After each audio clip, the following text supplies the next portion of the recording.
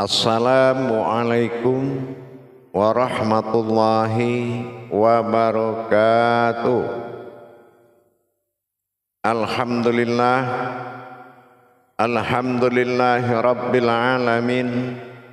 Assalatu wassalamu ala asrafil anbiya'i wal mursalin Sayyidina wa maulana Muhammadin. Asyhadu an la ilaha illallahul malikul haqqul mubin wa asyhadu anna Muhammadan abduhu wa rasuluhu was-sadiqul wa'dal amin. Allahumma salli wa sallim wa barik wa karim ahzanul nabil karim ihdinil ladzi min jamalika wa innal ladzi min jalalika wa innahu min kitabika wa tahirin wal mujahidina amma ba'du. Ibadullah wa ittaqullah. Bersyukur kita kepada Allah dengan mengucapkan alhamdulillahi rabbil alamin atas segala limpahan karunia rahmah dan hidayahnya, serta dengan izin dan ridhonya kita dapat menjalankan amanahnya, beramal dan beribadah zahir batin dunia dan akhirat. Bersalam kita tak akan terlupakan. Marilah sama-sama kita sampaikan kepada junjungan kita, Nabi Allah, Nabi al-akhirul zaman, Rasulullah Muhammad sallallahu alaihi wasallam. Atasnya kalimahnya kita kalamkan dengan membacakan Allahumma sholli ala sayyidina Muhammad wa ala ali sayyidina Muhammad. Alhamdulillah bertemu lagi dengan saya Guru Mursyid Syekh Nur Muhammad Buya Irwan Maulana Al-Qalidi, Pasaman, Sumatera Barat. Tentunya dalam rangka meningkatkan iman dan takwa kita, marilah sama-sama kita berbagi ilmu dan wawasan. Mudah-mudahan bermanfaat buat kita bersama demi meningkatkan marwah ketuhanan dan keumatan diri. Tentunya dengan kita berbagi dan belajar. Alhamdulillah, pada waktu dan pertemuan ini saya akan mengajak kepada kita semua para hadirin dan hadirat, kaum muslimin dan muslimat jamaah dimanapun berada, rahimakumullah. Pada waktu dan kesempatan yang kita muliakan ini, saya akan berbagi wawasan dan ilmu tentang bagaimana mendirikan tauhid yang bersifat pendekatan dan penyatuan diri kepada Tuhan. Tuhan yang berasmakan Allah menjadi tujuan utama setiap umat, apapunlah itu, makhluk, hamba atau alam. Berbicara kita tentang kerahasiaan tertinggi bagi Allah adalah batin. Apa yang dimaksud kerahasiaan tertinggi? Yaitu adalah berhubungan batin salhudoim kepadanya. Berhubungan batin, siapa yang sanggup, batin mana yang bisa berhubungan dengannya? Ini yang dikatakan nafsu, yaitu batinku. Dalam kata naf ini ditempatkan kepada kata diri. Kata diri yang dimaksud di sini untuk mengetahui makom diri itu sangat luar biasa. Menemui kesulitan kalau kita tidak memenuhi rukun-rukun dan adab-adabnya.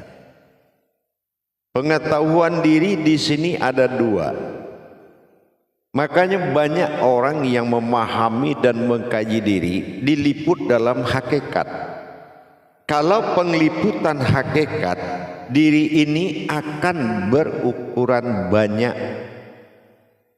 Tetapi kalau dalam masa tauhudun, diri ini hanya satu, yaitu ketuhanan, keinsanannya sendiri. Dalam pengetahuan pendapatan, pencarian tentang makom batin yang disembunyikan, yang dikatakan diri. Pencarian diri ini tidak mudah kalau hanya kita mendapatkan hakikatnya. Harusnya pencarian diri ini adalah tajalli tertinggi, makom batin tertinggi. Pencarian diri adalah pencarian keumatan dan ketuhanan. Ini pengenalan wujud pada wujud itu sangat berbeda. Kalau kita mengkaji Tuhan, wujud pada diri, sifatnya ketunggalan Tuhan, berbeda kita mengkaji ketuhanan. Kalau ketuhanan wajib dikaji karena ketuhanan ini adalah bagian yang mempertuhan diri, mempertuhan keakuannya. Jadi kalau yang mempertuhan tidak dikaji, Tuhan dikaji, maka ini dikatakan tunggal. Kalau tunggal, kita tidak bisa menjalankan keumatan. Tetapi kalau kita sudah dapat mengkaji mana keumatan bagi Allah yang dinamakan diri, sangat banyak sekali kita lihat di luar sana untuk mencari dan mengaku sebuah diri umat dari Tuhan. Banyak hakikat yang mengembangkan makna, tetapi yang dibenarkan oleh Allah adalah kodrat yang bermakna, bukan hakikat yang banyak yang mengandung makna, tapi kok satu kodrat yang bermakna, yaitu diri. Di makom pengkajian tentang diri atau naf atau batinku, kata Allah, inilah yang harus menjadi tolak ukur kebenaran tertinggi. Dalam kata umat ada kandungan dua kodrat. Di satu dinamakan diri, yang satu disebut dengan manusia. Ini mengandung perjalanan yang berbeda. Kalau perjalanan diri itu bersifat jauhar, sudah ada dan tidak diciptakan. Ini yang dikatakan naf, aku fa'batin, batinku. Kalau dia berupa ciptaan, ini akan bersekutu dengan wujud tunggalnya dalam sholat, dalam zikir, dalam apapun perbuatan ibadah, langsung tidak langsung. Tetapi kalau kita melihat dari sisi ketuhanan, diri manusia yang dalam sebutan ini ada perbedaan yang sangat wajib diketahui. Sifat diri adalah jauhar yang datang, yang sudah ada tanpa diciptakan. Itu bagian dari Tuhan. Tetapi manusia melalui tajalli Allah yang akan menjadi kehambaan bagi diri, bagi Tuhan. Kehambaan sebagai wujud yang disebut dengan manusia, disebut dengan diri. Laksana kita melihat dalam kehidupan sehari-hari. Apabila sebuah wujud sudah dikuburkan dan sejarah tidak putus dalam cerita diri, kemana diri berpulang, kemana jasad bermakom, ini sudah menunjukkan perjalanan yang berbeda. Ya ayyuhan nas, ya ayyuhallazina amanu, ini akan berbeda. Jadi kalau kita ingin mengkaji diri, kita harus mengkaji makom yang dua ini. Meskipun pada akhirnya akan menjadi dalam satu wujud, bukan maujud tapi wujud. Karena apapun itu berasal yang tidak berasal dari langit dan bumi. Jadi kalau kita memahami mana makom kodrat dan mana makom wujud, ini akan sempurna sekali di dalam menjalankan. Karena apapun ketinggian kaji, pemahaman syariat sampai marifat wujud sir batin setingkat apapun, kalau wujud dan maujudnya yang berasal dari wujud ini tidak diketahui, ini sama kita memiliki motor rusak, mobil rusak yang disimpan di dalam kamar, hanya bercerita, kenyataannya itu tidak bergerak. Nah, ini yang dialami kebanyakan ilmu jatuh cerita, kodrat tidak berjalan, ilmu akan menjadi sejarah. Sementara yang dihadapi bukanlah cerita. Dalam keseharian bukan cerita yang dihadapi, dalam kematian juga bukan cerita yang dihadapi. Maka kita harus paham batasan pencarian kedua wujud tadi dalam nahunya, dalam sifat akuhu dan keakuan pada na yang telah selalu kita bahas. Tetapi kalau tidak bisa diwujudkan, apa arti bahasan itu? Sebuah cerita yang hanya dikenang dan kita salut kepada yang bercerita. Yang mendengar cerita bodohnya dari dulu sama, tidak pernah ada perubahan. Ini kenapa? Karena tidak terjadi tajali atau perjalanan, atau memang dijalankan. Makanya diingatkan, jangan kamu berguru kepada orang yang bisa bercerita, tapi bergurulah kepada orang yang mampu memperjalankan. Nah, jadi di dalam kita memahami, kita kaji diri dan manusia ini berbeda. Ada diri yang dirahasiakan, ada diri yang diperlihatkan. Inilah diri yang dirahasiakan, golongannya ihsan. Sementara ada manusia atau diri yang diperlihatkan, ini namanya insan. Ini sangat berbeda para hadirin dan para jamaah sekalian. Pencarian dua kodrat an'am atau nahu tadi ini sangat berbeda. Kalau manusia, dia bukan sebuah batin hayat, dia bukan sebuah batin tersembunyi, tapi batin yang terlihat. Atau dalam sifat tasawuf disebut am. Tetapi pengenalan, pemahaman terhadap kodrat manusia dengan diri, kalau ini tidak nyata dalam penjalanannya, ini akan membuatkan satu kekuatan tidak ada yang membuat kita bisa melaksanakan, atau yakin juga tidak bisa.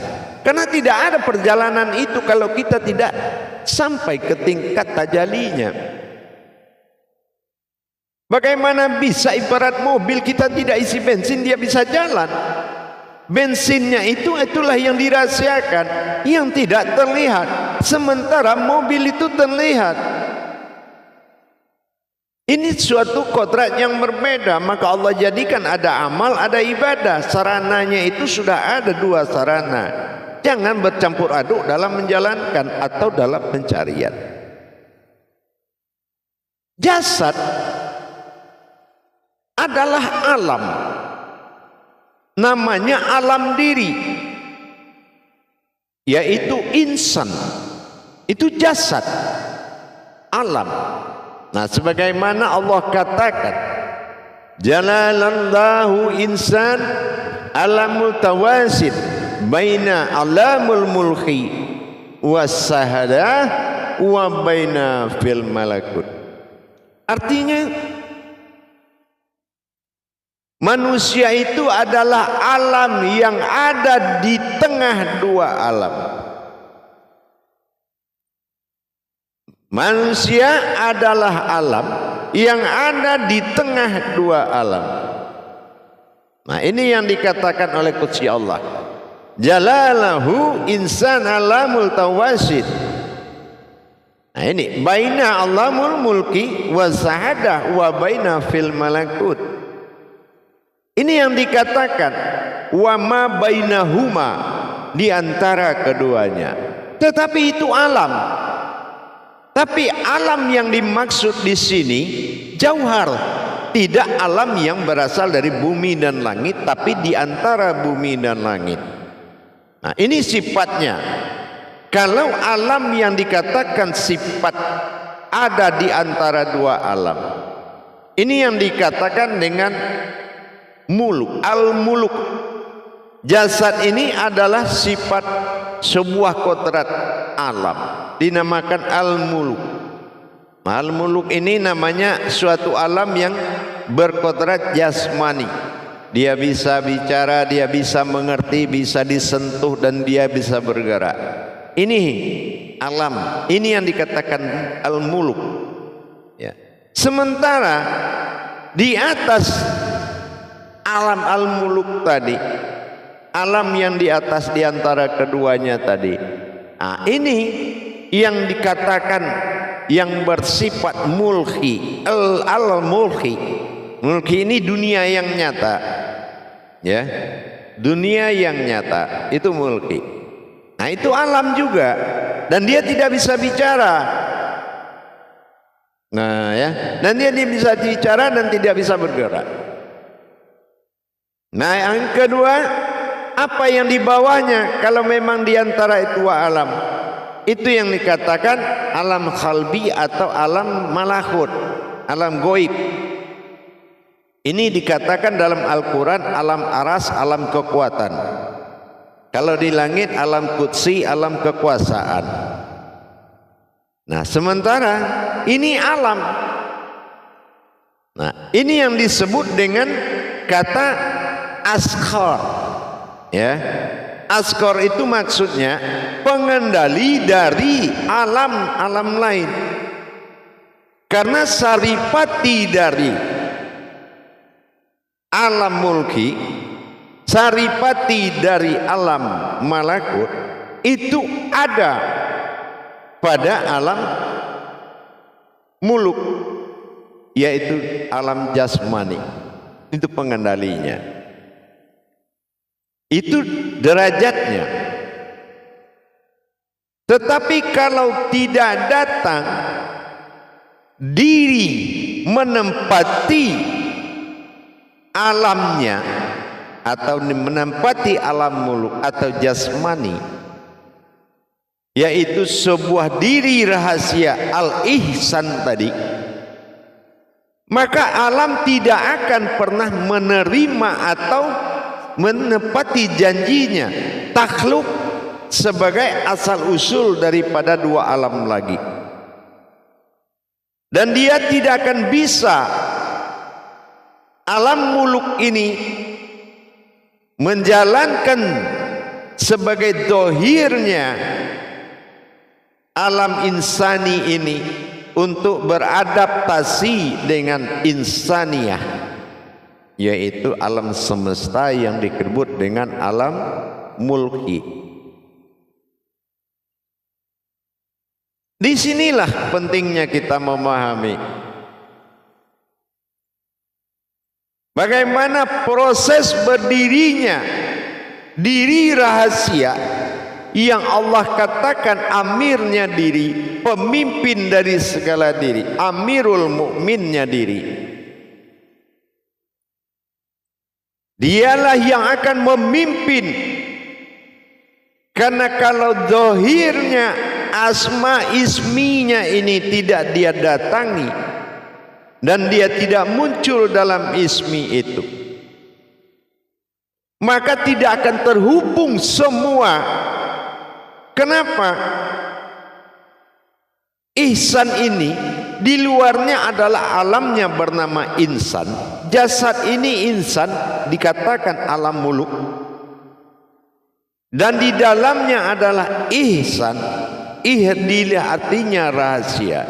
San itu keumatan atau ya keumatan. Ini batin rahasia ini belum berwujud kepada batin yang terlihat. Nah ini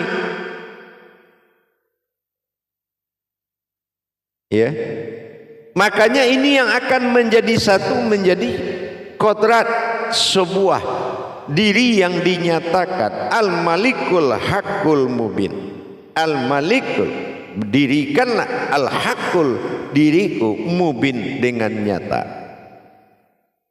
Perintah untuk mendapatkan sejatinya diri, harus mendapatkan diri yang sejati. Inilah ihsan yang akan bertajalli kepada insani dalam menghidupkan dan mengurus insaniyahnya. Ini yang dikatakan ketuhanan. Jadi untuk mendapatkan kajian terhadap ungkapan diri yang sejati menuju sejatinya diri, ini pembahasan pencarian, ini sangat ada perbedaan. Mengkaji alam dengan sebuah wujud alam, wujud batin menuju alam batin. Apa alam batin? Ini sebuah alam semesta, ini adalah alam batin. Dan siapa yang terlihat ini? Ini adalah batin yang terlihat daripada aku. Sementara akulah yang sebetulnya yang terlihat. Inilah yang harus menjadi kenyataan di dalam pencarian kajian. Mengkaji usul pada batin terasia, diri yang sebenar-benar diri, dan mengkaji asal kepada alam semesta, asal usul.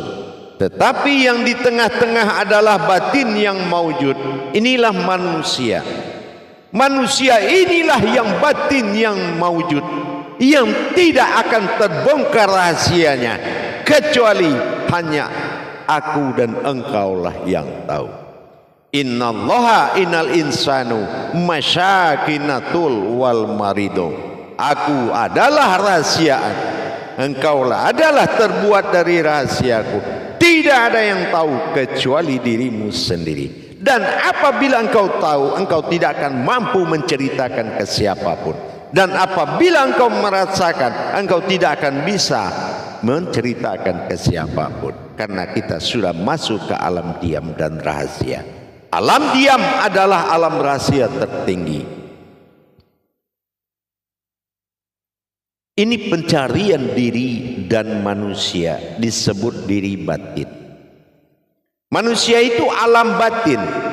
An'am ta'alaihim, itu alam batin.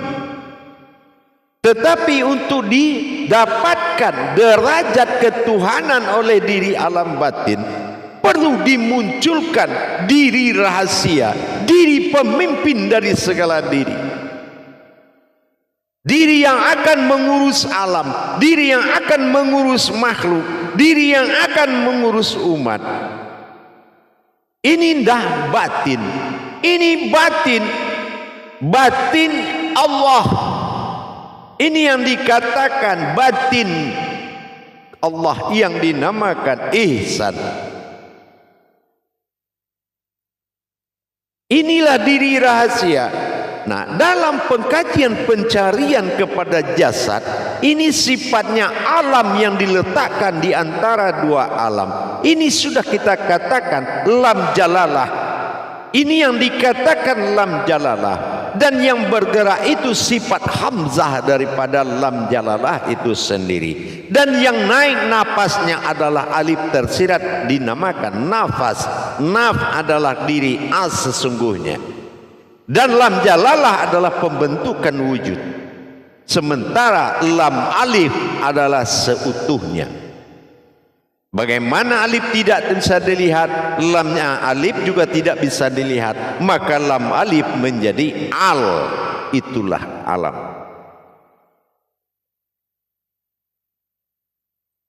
Jalallahu insani. Jalallahu insani. Ya. Jalalah. Jalallahu insani alamul tawasid baina Allahumul mulki. Tempat sujud, tempat mengarahnya, pedoman dan seluruh asalnya mulki, yaitu alam nyata. Wasahadah, dan itu langsung dan berhubungan dengan alam langsung. Wa baina fil malakut, dan ada tersembunyi di dalam alam yang tidak engkau lihat. Inilah Malik Yaumiddin, Malikul Hakul Mubin. Jadi itu siapa ya Allah? Ashadikul wa'dal amin, itulah diriku, jangan kau ragu dan takut kepadanya. Itulah milikku, itulah batinku. Amin.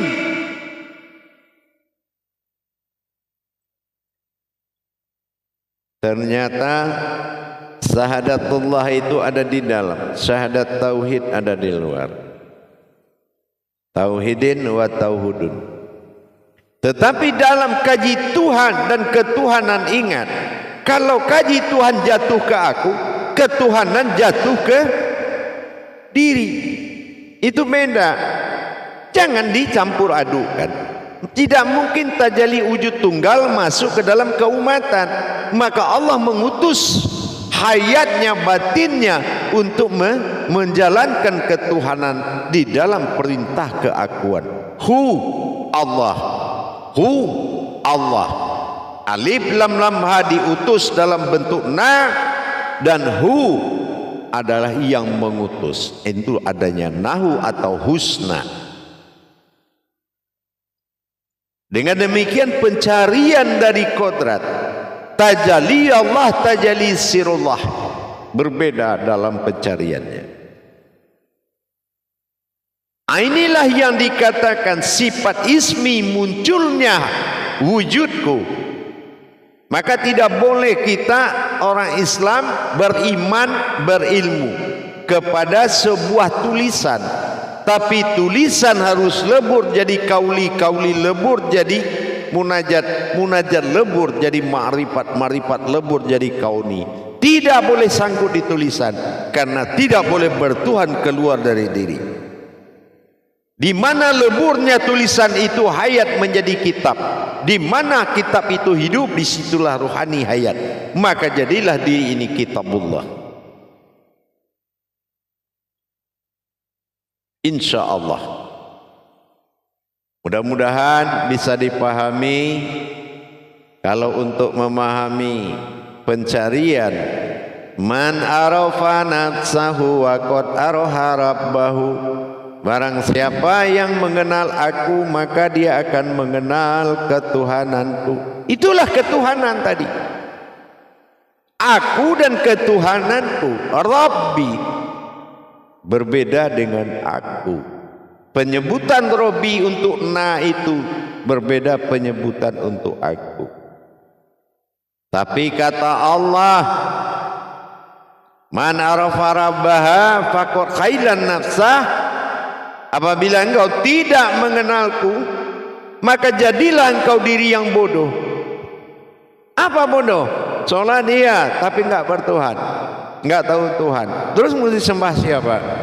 Ngaji tahu, tapi apa yang dibalik ayat tidak tahu. Apa yang dibalik kodrat tidak tahu. Apa itu huruf tidak tahu. Apa itu Al-Quran tidak tahu. Tapi baca bisa. Nah ini kita belum menunjukkan kesempurnaan Tuhan. Insya Allah dengan kita ada peningkatan pengetahuan dasar paling utama, man arafa nafsah wa qad araha rabbahu, ma'rifatullah. Kalau kita belum memahami bagaimana usulnya muncul pada naf diri batin dan bagaimana asal terjadinya alam diri batin bernama jasad atau manusia. Kadang kalau kita dikatakan manusia, kita sudah sampai hati nurani. Nah ini salah. Kita harus tahu hijaiyah, mim, nun, sin, ya itu seperti apa. Nas kalau dalam Al-Quran, nas itu apa?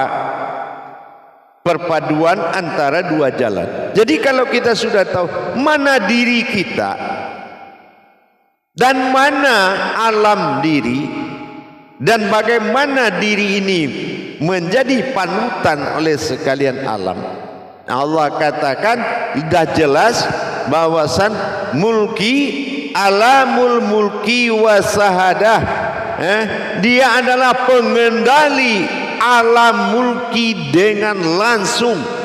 Itulah kalau dia muncul yang namanya diri dan maujud dan bersatu. Kalau Tuhan tunggal masuk dan menemui seekor semut, itu sudah bersekutu. Tidak mungkin. Nah ini makanya ada aras, kursi dan keramat. Ada kekuatan, ada kekuasaan dan ada keajaiban. Disitulah nilai tingginya arasullah itu. Tuhan tidak akan tercapai oleh ketinggian ilmu, tapi dia akan ada di sisi orang ridho. Dia akan ada dalam wujud orang ridho. Ingat itu. Insya Allah mudah-mudahan bermanfaat semuanya. Alhamdulillah kita selalu bagaimana menjadi umat yang bisa bermanfaat bagi orang banyak. Insya Allah mudah-mudahan berkah, mudah-mudahan bisa diijabah oleh Allah. Insya Allah.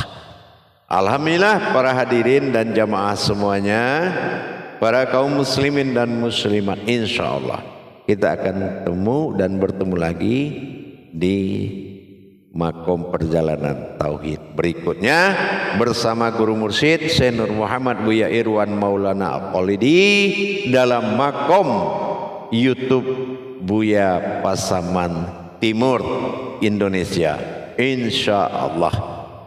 Akhirul kalam, wabillahi taufiq wa hidayah, wassalamun salina, walhamdulillah, wassalamualaikum warahmatullahi wabarakatuh.